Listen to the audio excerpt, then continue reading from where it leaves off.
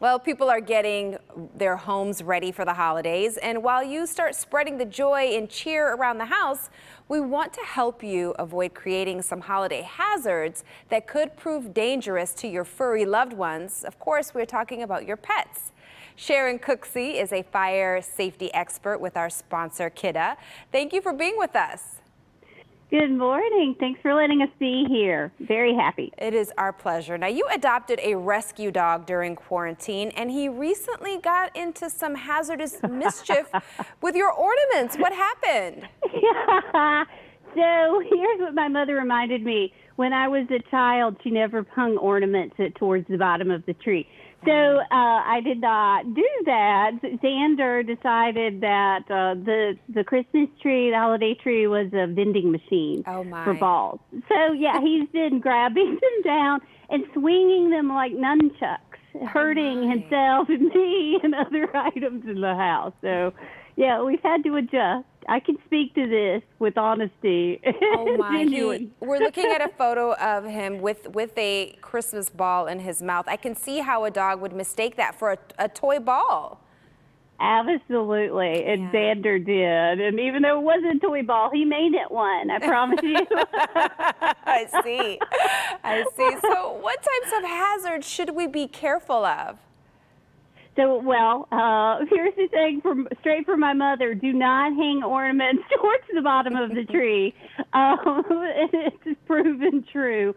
Other things like wires and cords. Xander, also mischief dog here, chewed an electrical cord earlier in the year. And so, yeah, so just making sure to keep those out of sight or covered so that they can't access them. Also, if you have a tree in your home, like I do here in the background, make sure that if it's alive, make sure that you water it. Okay. Absolutely, to keep that fresh.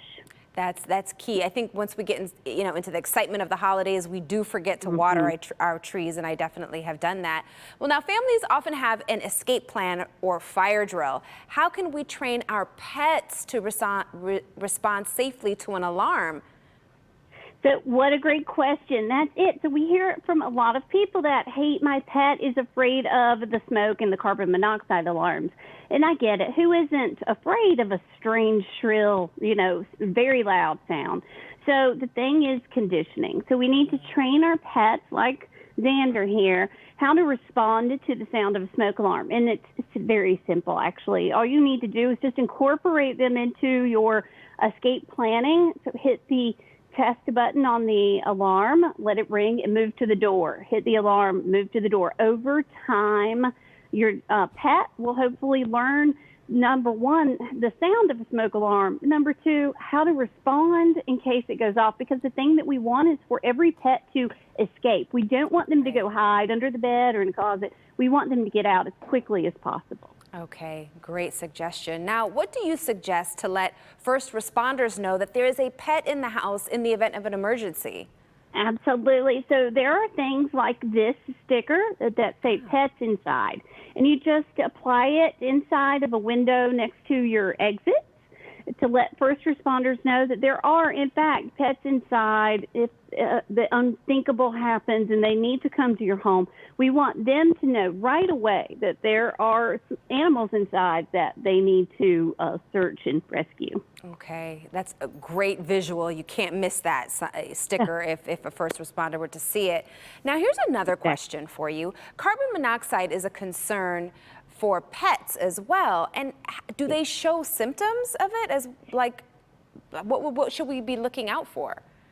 So here's the scary thing about CO. Not only is it the silent killer for us, but it is for pets as well.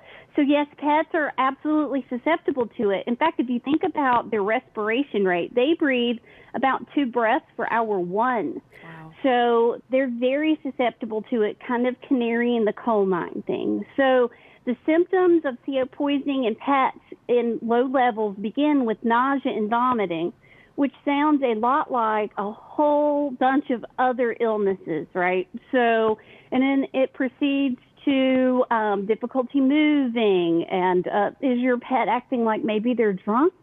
And difficulty breathing is one of the hallmarks manifestations of CO toxicity in pets. But the key here is, number one, have working carbon monoxide alarms throughout your home. Most often, one is not enough. Make sure that you have at least one on every floor. I have one in every room, actually. So just make sure that they are working, that they've been replaced every 7 to 10 years, that the batteries are fresh. Right. And keep an eye on your pet. And here's the thing, a lot of experts think that CO poisoning in pets is misdiagnosed and underreported. So take your pet's health into your own hands. Absolutely. If you Yes. suspect CO poisoning, ask your vet about it. Make sure and ask your vet. Get to it right away. Sharon, thank you so much for joining us. This is great information. Thank you. Happy holidays, everyone. Same to you. Thank you. For more information on how you can keep your pets safe, visit the website kidde.com/pet-safety. Great things to think about this time of year. Jason.